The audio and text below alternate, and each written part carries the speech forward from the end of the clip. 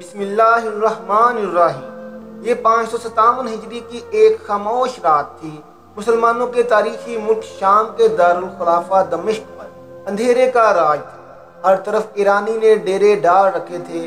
دمشق کے تمام باشندے میٹھی نیند کے مزے لوٹ رہے تھے، مگر انہی لوگوں کا قائد اور عالم اسلام کا شیر دل مجاہد دن بھر کی عذاب شکن محنت کے باوجود رات کے اس پہر عبادت میں مشغول تھا۔ یہ امیر المومنین حضرت نور الدین زنگی رحمۃ اللہ علیہ تھے، جو حسب معمول تہجد ادا کر رہے تھے۔ تہجد سے فارغ ہو کر نور الدین زنگی رحمۃ اللہ علیہ آرام کی گر سے بستر پر لیٹے اور ان کی آنکھ لگ گئی۔ ابھی آنکھ لگے چند ساتیں گزری تھیں کہ انہیں ایک روح افزا منظر دکھائی دیا۔ انہیں نبی کریم صلی اللہ علیہ وآلہ وسلم کا چہرہ پر نور نظر آیا۔ ایک مومن کے لیے نبی کریم صلی اللہ علیہ وآلہ وسلم کے دیدار سے زیادہ بڑھ کر اور کیا سعادت ہو سکتی ہے، اور یہی اعزاز نور الدین زنگی رحمۃ اللہ علیہ کو اس رات حاصل ہوا۔ لیکن اچانک نور الدین کو رسول اللہ صلی اللہ علیہ وآلہ وسلم کے چہرے کے ساتھ دو اور چہرے بھی دکھائی دیے۔ یہ دو عمر رسیدہ افراد کی صورتیں تھیں، جو اسلامی لباس میں ملبوس تھے، اور ان کے چہروں پر داڑھیاں بھی تھیں، مگر ان کی شکلیں مکروہ تھیں، اور ان کے چہرے پر نور کی بجائے تاریکی اور بے رونقی چھائی ہوئی تھی۔ سلطان نور الدین ابھی ان دونوں آدمیوں کو دیکھ ہی رہے تھے کہ سرور کائنات صلی اللہ علیہ وآلہ وسلم کے یہ الفاظ سلطان کی سماعتوں سے ٹکرائے: ان کے شر سے ہماری حفاظت کا انتظام کرو۔ خواب نبی صلی اللہ علیہ وآلہ وسلم کی اس ہدایت پر ختم ہو گیا، اور سلطان کی بھی اچانک آنکھ کھل گئی۔ انہیں کچھ سمجھ نہ آیا، لہذا انہوں نے فوراً وضو کیا اور 2 رکعت نفل ادا کیے۔ نماز پڑھتے ہی وہ بستر پر دوبارہ لیٹے، نیند میں پھر آدھا پہنچے اور وہی خواب دوبارہ دکھائی دیا۔ اسی انداز میں رسول اللہ کی زیارت ہوئی اور پھر وہی 2 مکروہ صورتیں دکھائی دی۔ پھر نبی صلی اللہ علیہ وآلہ وسلم کے الفاظ سنائی دیے: ان کے شر سے ہماری حفاظت کا انتظام کرو۔ سلطان زنگی پھر بیدار ہو گئے۔ خواب کا منظر ان کی آنکھوں میں گردش کرنے لگا۔ انہوں نے دوبارہ وضو کر کے نوافل ادا کیے اور پھر نیند نے تیسری مرتبہ انہیں اپنی آغوش میں لے لیا۔ خواب میں پھر وہی مناظر دکھائی دیے۔ سلطان اس بار بھی یکا یک بیدار ہو گئے، مگر ان کی نیند اڑ چکی تھی اور الجھن و پریشانی نے انہیں شدید بے چین کر دیا تھا۔ وہ اس خواب پر غور کر رہے تھے، جو انہیں مسلسل 3 بار دکھائی دیا، مگر ذہن کو کچھ سمجھائی نہ دے رہا تھا۔ بالآخر کچھ دیر اس کیفیت میں مبتلا رہنے کے بعد سلطان نے اپنے مشیر خاص اور وزیر بتدبیر جمال الدین مسیح رحمۃ اللہ علیہ کو طلب فرمایا۔ حکم ملتے ہی جمال الدین سلطان کی خدمت میں حاضر ہو گئے، تو انہوں نے سلطان زنگی کو بہت بے چین اور پریشان حال پایا۔ چنانچہ فوراً ادب سے پوچھا: آپ نے مجھے یاد فرمایا، خیریت تو ہے؟ جواب میں سلطان نے اپنا خواب جمال الدین موصلی کو سنا دیا۔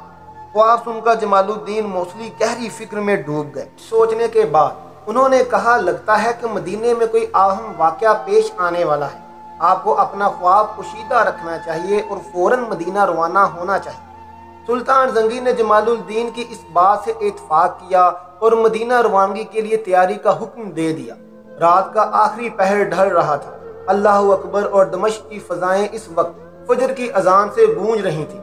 سلطان اپنی خوابگاہ سے نکلے، جمال الدین کے ساتھ فجر کی نماز ادا کی اور سورج طلوع ہونے سے پہلے ہی مدینہ منورہ کی جانب روانہ ہو گئے۔ اس سفر میں جمال الدین موصلی سمیت دیگر افراد بھی سلطان زنگی کے ہمراہ تھے۔ دمشق اور مدینہ منورہ کا درمیانی فاصلہ خاصا طویل تھا، لہذا نہایت تیز رفتاری سے سفر کرنے کے باوجود سلطان زنگی اپنے ہمراہیوں کے ساتھ 16 دن بعد مدینہ منورہ پہنچے۔ شہر کے بعد سلطان زنگی نے غسل کیا۔ اس 16 دن کے تھکا دینے والے سفر میں سلطان زنگی ہر وقت پریشان رہے۔ خواب کے مناظر ایک لمحہ کے لیے بھی ان کی نظر سے اوجھل نہ ہونے پائے تھے۔ اس دوران انہیں یہ سوال بھی ستاتا رہا کہ وہ مکروہ چہرے کن لوگوں کے تھے، اور وہ ہادی عالم صلی اللہ علیہ وآلہ وسلم کو کیسے نقصان پہنچانے کی کوشش کر رہے ہیں۔ مدینہ کے حاکم نے شہر میں داخلے کے وقت سلطان کا خوب استقبال کیا۔ سلطان اس کے ہمراہ فوراً روضہ رسول صلی اللہ علیہ وآلہ وسلم پر پہنچے، وہاں نماز پڑھی اور مدینہ کے حاکم کو اپنی آمد کا مقصد بتایا۔ حاکم سلطان کو یقین دلایا کہ وہ 2 بدصورت بوڑھے جہاں مدینے میں موجود ہوئے تو ہم انہیں ڈھونڈ نکالیں گے۔ اس کی تدبیر یہ ہوگی کہ ہم یہ اعلان کریں گے کہ امیر المومنین دمشق سے مدینہ تشریف لائے ہیں۔ ان کے آنے کا مقصد روضہ رسول صلی اللہ علیہ وآلہ وسلم کی زیارت کرنا ہے۔ ان کی جانب سے تمام اہلیانہ مدینہ کے لیے ایک شاندار دعوت کا اہتمام کیا گیا ہے۔ دعوت میں ہر عام و خاص کی شرکت لازم ہے۔ دعوت کے بعد سلطان اپنے ہاتھوں سے ہدیہ بھی تقسیم کریں گے۔ یوں اگر وہ مدینہ میں موجود ہوئے تو آپ انہیں پہچان کر ان کی نشاندہی بآسانی کر سکیں گے۔ حاکم شہر کی یہ تدبیر سن کر سلطان بہت خوش ہوئے، چنانچہ پورے مدینے میں دعوت کا اعلان کر دیا گیا۔ مقررہ دن دعوت ہوئی، پورا مدینہ اس دعوت میں شریک ہوا۔ سلطان نے ہر شہری کو اپنے ہاتھ سے ہدیہ دیا، ہر چہرے کو غور سے دیکھا۔ پورے مدینے کے لوگ سلطان کی آنکھوں کے سامنے سے گزر گئے، مگر ان میں وہ دو بوڑھے موجود نہیں تھے جو خواب میں دکھائی دیے تھے۔ چنانچہ سلطان کے چہرے پر ایک بار پھر اداسی سی چھا گئی۔ سلطان نے امیر مدینہ سے دریافت کیا کہ کوئی شخص باقی تو نہیں رہ گیا ہے جس نے ہدیہ نہ لیا ہو۔ مدینہ کے امیر نے ذہن پر زور دیتے ہوئے کہا، امیر المومنین، اس دعوت میں صرف دو درویش حاضر نہیں ہوئے ہیں، وہ پارسا اور دولت مند بزرگ ہیں۔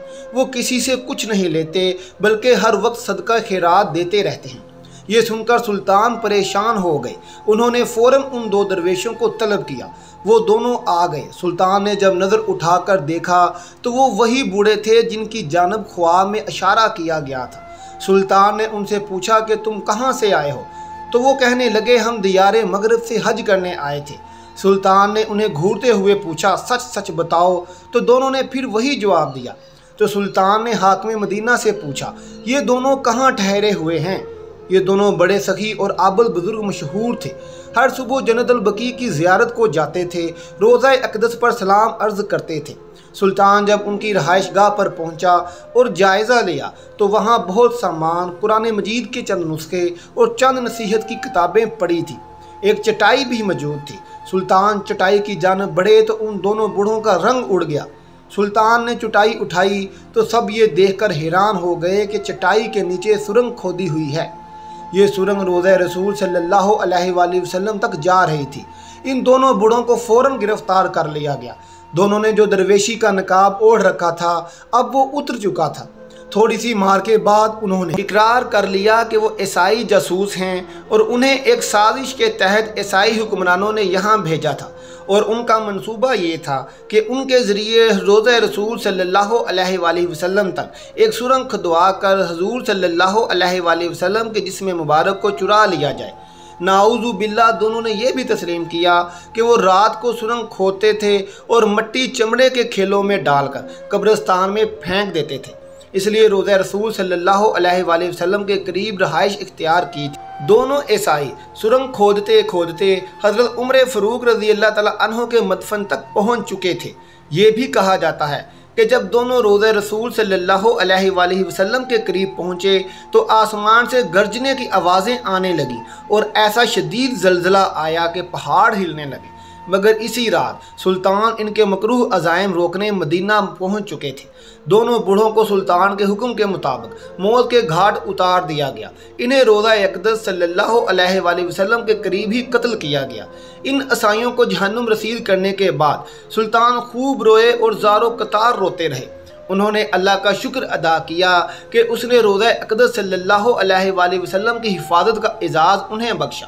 یہ سب کرنے کے بعد سلطان نے روضہ اقدس صلی اللہ علیہ وآلہ وسلم کی دیواروں کے ارد گرد ایک خندق کھدوائی۔ یہ خندق اتنی گہری تھی کہ زمین سے پانی پھوٹنے لگا۔ پھر اس خندق میں سیسہ بھر دیا گیا تاکہ آئندہ کوئی بدبخت ایسی گستاخی نہ کر سکے۔ اس خندق کو صاف یعنی شیشے کی خندق کہا جاتا ہے۔ بعد میں اس خندق کے اوپر ایک سندل کا جنگلہ لگا دیا گیا تاکہ روضہ اقدس صلی اللہ علیہ وآلہ وسلم کے زائرین اس سے آگے نہ جا سکیں۔ سن 866 ہجری میں مصر کے بادشاہ رکن الدین نے خندق پر تقریباً 21 فٹ اونچا لوہے کا جالی دار احاطہ نصب کروا دیا تھا۔ محترم ناظرین، یہ تھی ہماری آج کی ویڈیو۔ آپ کو کیسی لگی کمنٹ باکس میں ضرور بتائیے گا۔